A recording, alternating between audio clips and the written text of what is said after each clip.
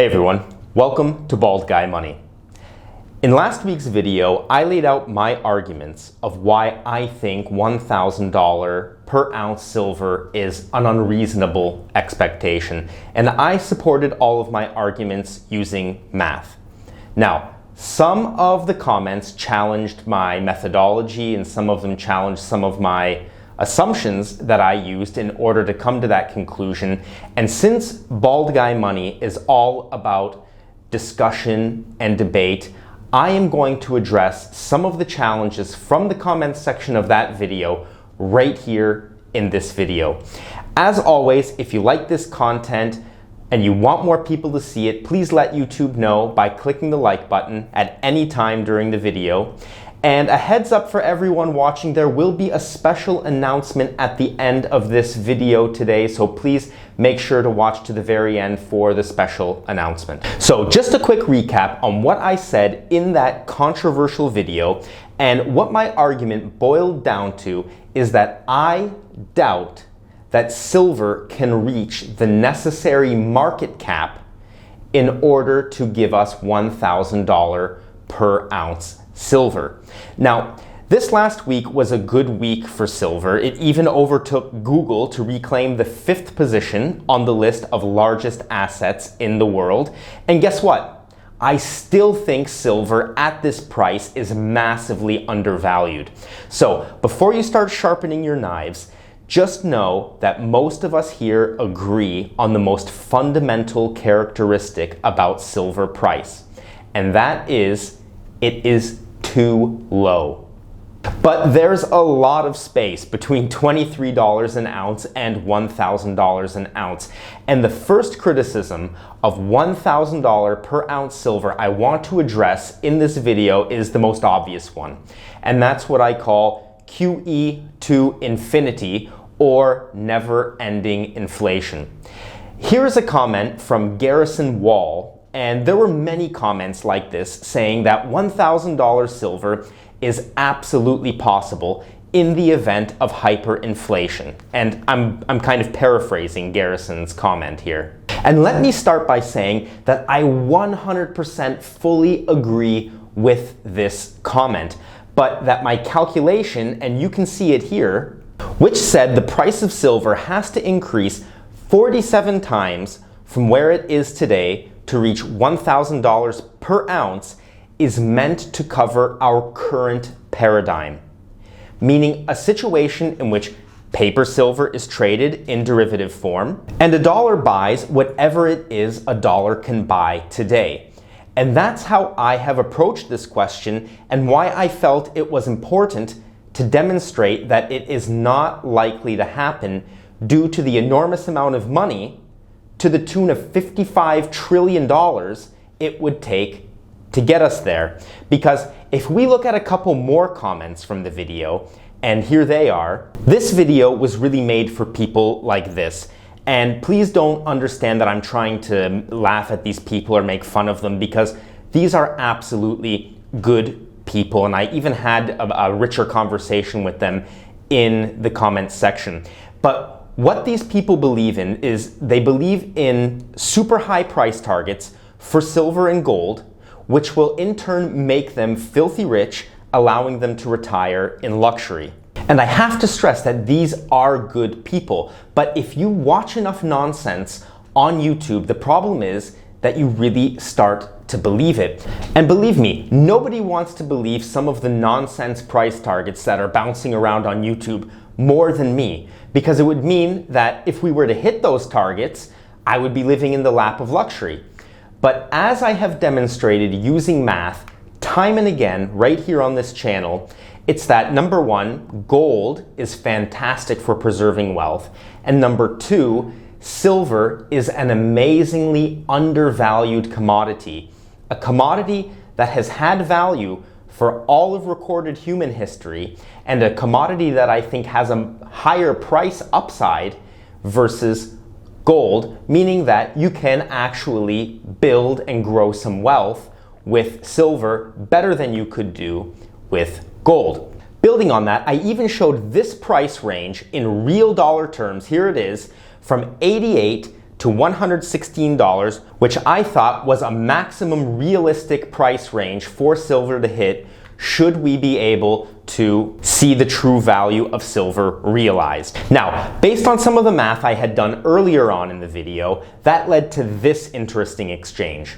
And it was with longtime subscriber Romulus1300, and he said, in your estimation, 5 billion ounces of silver worth $1.2 trillion would mean a max price of $240 an ounce. Is that right?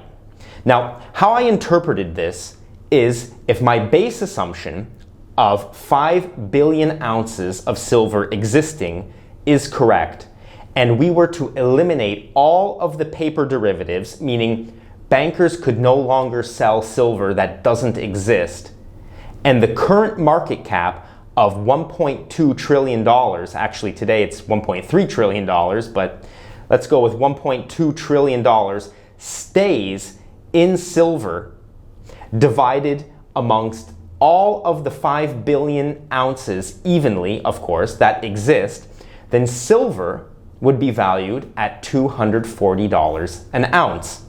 And as I answered there in the comments, that is 100% correct. I agree with that math. It is sound math.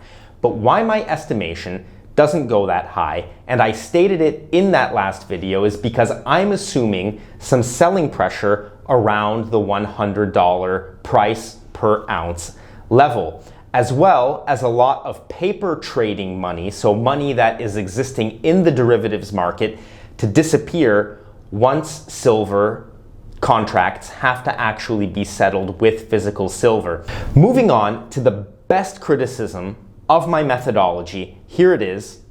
It comes from Daniel Kalchev, and Daniel actually used some of my own ammunition against me from my bullish on silver video, because Daniel says, in the value of the market capitalization of silver, you included all the silver mined in solar panels and computers, in contactors and relays, silver-plated vessels, and landfills.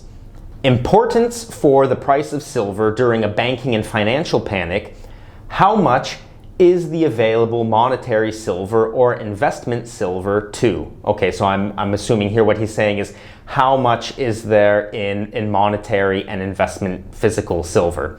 If tomorrow everyone decides that the dollar is just green paper, how many ounces of silver in available metal coins, bars, jewelry can go for coverage? And he continues on to ask about the costs of recycling and reclaiming silver. And he makes a very good point, because if you've seen that video I mentioned a minute ago on my bullish signs for silver, that means you've seen this. You'll remember these 3 points supporting my argument that silver is actually much rarer than most people think it is.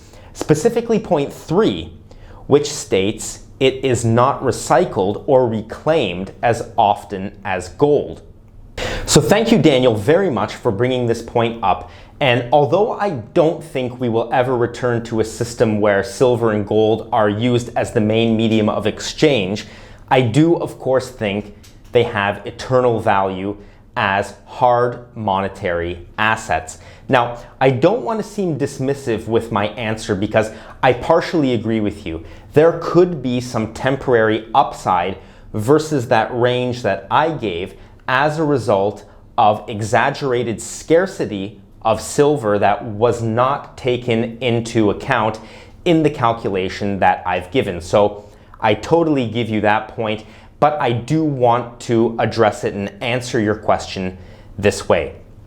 And this answer refers to silver itself, ignoring all of the potentially dangerous consequences of a financial collapse or panic that could result, which would include marauding and other types of violence. So, if silver all of a sudden became extremely scarce, we as people would simply not be as wasteful with it as we are today. It is the exact reason I am not cheering for a collapse of the financial system, even if in theory I am prepared for it. Because this picture here, the one that we're looking at right now, is actually a common sight in countries like India and Brazil. Actually, this one is in Brazil.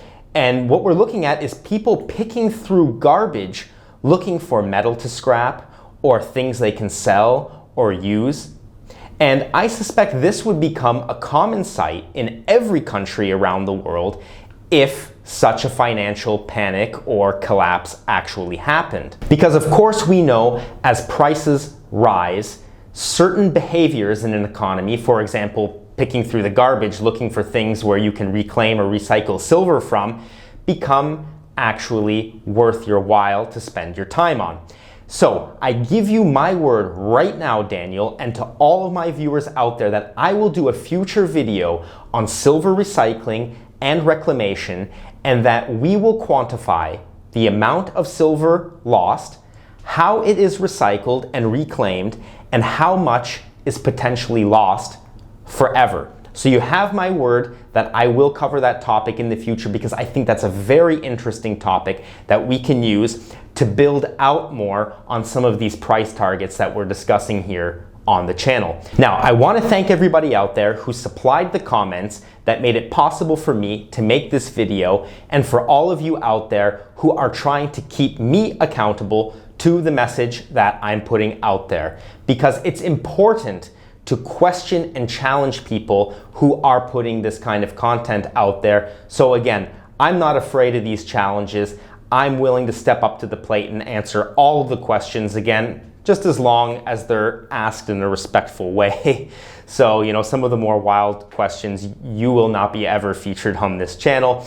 But I do want to use this opportunity to say that I am featuring viewer comments and questions, at least one in every video right here on the channel. I want to encourage you all to submit your questions in the comments section for a chance for your question or comment to be featured right here on the channel.